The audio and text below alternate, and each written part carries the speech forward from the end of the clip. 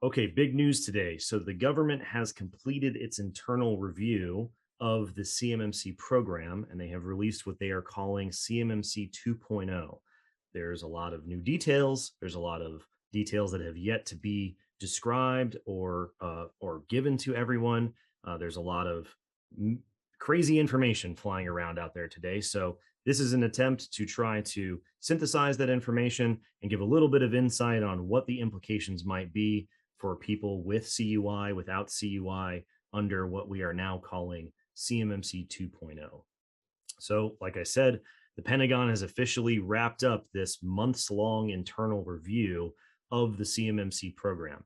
They were, according to this program, trying to synthesize inputs from GAO and DoD Inspector General and industry groups and comments that were submitted to the interim rule.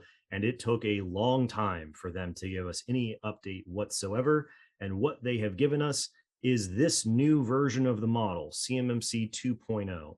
So, CMMC 1.0, the key thing to remember is that the idea of the maturity model, of the different levels, were all roughly just reskins of existing requirements.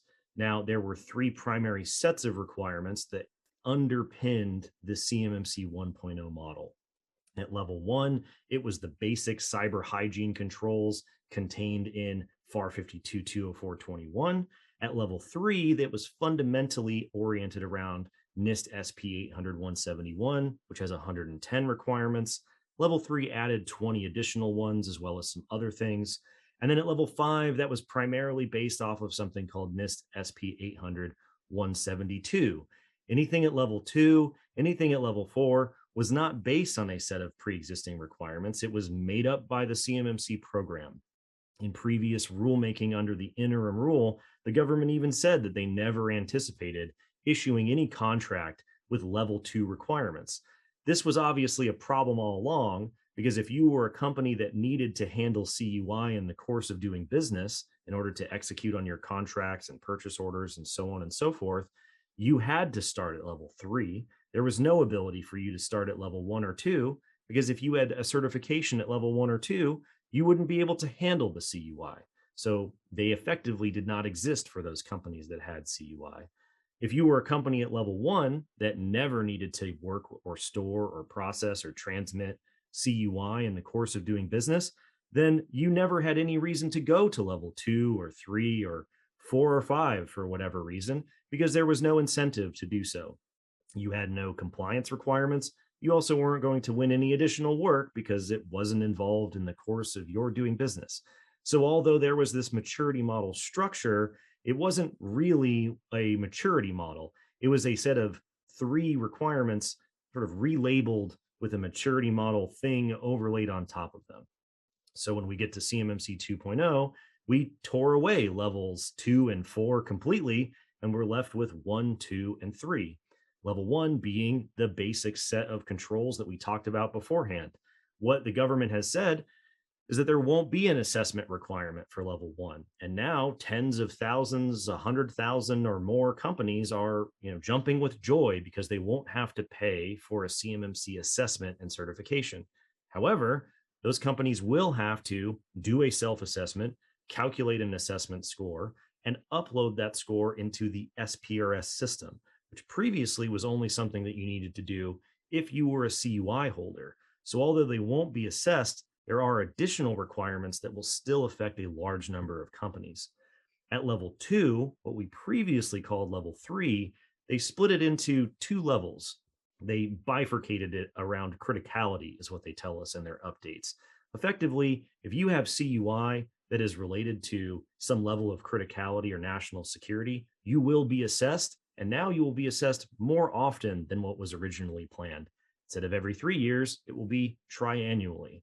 If you have CUI that is not related to a critical program or national security somehow, you get to do a self assessment. This is great because people at CUI level three beforehand all together needed to have the same level of assessment. What the DoD has done here is they're focusing on the CUI that they actually care about. Now, a lot of folks are going to say, that's great. I'm a CUI holder. So now I get to do a self assessment. What we don't know is how that criticality is being determined. We don't know what measure the DoD is using. Apparently, the method for measuring criticality will come out in future rulemaking. But I would caution people before you say, well, that won't apply to me, because what's the biggest problem facing the ecosystem right now? It is the government and large programs and prime contractors sending too much information into the industrial base. Nothing about the updates today have addressed that fundamental problem. So if you have been experiencing the problem of receiving too much sensitive information that you probably didn't need, until the government addresses that problem, there are still going to be tens of thousands of companies that are going to have an assessment now more often. At level 3, what they're calling the expert level pertains to 800-172, like we said before. This isn't necessarily based around a specific type of information as much as it is the overall criticality of the program. So a prime contractor that's working F-35 or Ford class carrier, because of the program they're working on, will be considered highly critical. The flow of information from those programs, from those contractors into the supply chain is what will dictate which side of level 2 companies will be on. So even though we're seeing a consolidation of levels, a focusing of the levels, and there are a lot of companies that are sort of now on the outside looking in via self-assessment, there are a lot of companies that were affected all along that are still affected currently and may actually have more strenuous requirements as a result of the change in criticality. So, a couple of updates that they've provided on timelines and rulemaking. So, the government has said that all of this will occur via new rulemaking, and they have to harmonize with 32 CFR, which is what codifies the overall CUI program for the government, and with 48 CFR, which is where the DoD supplement to the Federal Acquisition Regulation is controlled and codified. So that's great because the harmonization with the CUI program was not a hallmark of CMMC 1.0. It was underpinned by the requirements specified by the CUI program, but it didn't really do a very good job of linking those two things up. Here, by the government telling us that they are going to harmonize with both of those sets of both of those parts of the CFR, it's going to make a much more unified front in terms of what the requirements are and how they're going to be assessed and governed. What's still to be determined in the rulemaking process are cost estimates. So the big problem all along has been this is very expensive and this is very burdensome and this is very impactful. We still don't have answers about what the government is going to do about that problem. And for those folks at level 3 and above who were already at level 3 and above beforehand, it sounds like there's going to be more assessments and really not a change in the overall baseline of requirements. What also hasn't been determined is reciprocity with things like FedRAMP and other certifications, or equivalency with foreign governments and industrial based partners that exist outside of the United States. What's interesting is they say that the timeline for rulemaking could be anywhere from 9 to 24 months, and that sounds like a very long time. Rulemaking is not a quick process, typically takes at least a year. We have to do rulemaking for 2 parts of the CFR, so 9 to 24 months is probably about accurate. This could go fast because of the big review that we've been doing. All of these inputs, all of these considerations and stakeholders and changes that we've made have been finished. The DoD seems to have made up their mind on what CMMC actually needs to look like in this final form. So when they go through the rulemaking process, a lot of that review appears to have been preempted before the rulemaking. So it may go quicker. The problem with that is that their updates say that these requirements will be in place and required at the end of rulemaking. Beforehand in CMMC 1.0, we were working off of a 5-year phased rollout. Well, if it takes 2 years for the rulemaking to start and the requirements go into place at the end of that period, that would actually represent an acceleration of when assessments would start for folks now at level 2 with critical CUI, which, as we said before, is not a small number of companies whatsoever. And the cost and burden and impact haven't really changed. Those might actually feel more pointed and burdensome as a result of an acceleration in the timeline here. So overall, they say there's a suspension of pilots and solicitations. Well, We haven't had any CMMC pilots going on since the summer, and the DoD was handpicking which contracts were going to have the CMMC requirements in it up until the phased rollout. So that really isn't a significant change, other than saying we're not going to put it in any contracts and we won't have any new pilots. We're going to do rulemaking. Once the rulemaking is over, that's it, and the requirements are set in stone. Overall, they say plans of action will now be allowed. That's great. One of the things that people absolutely hated about CMMC was the fact that they didn't allow for plans of action. Problem was that over the years, a lot of contractors parked requirements in a plan to implement for longer than the government would have preferred. Their reaction was to say, you can't do that anymore. There's no more plans for implementation. Everything has to be implemented when we show up. Everyone responded and said, that's ridiculous. We have to have some wiggle room for implementation. The government listened. They did what everyone wanted, and they said, you now have plans of action.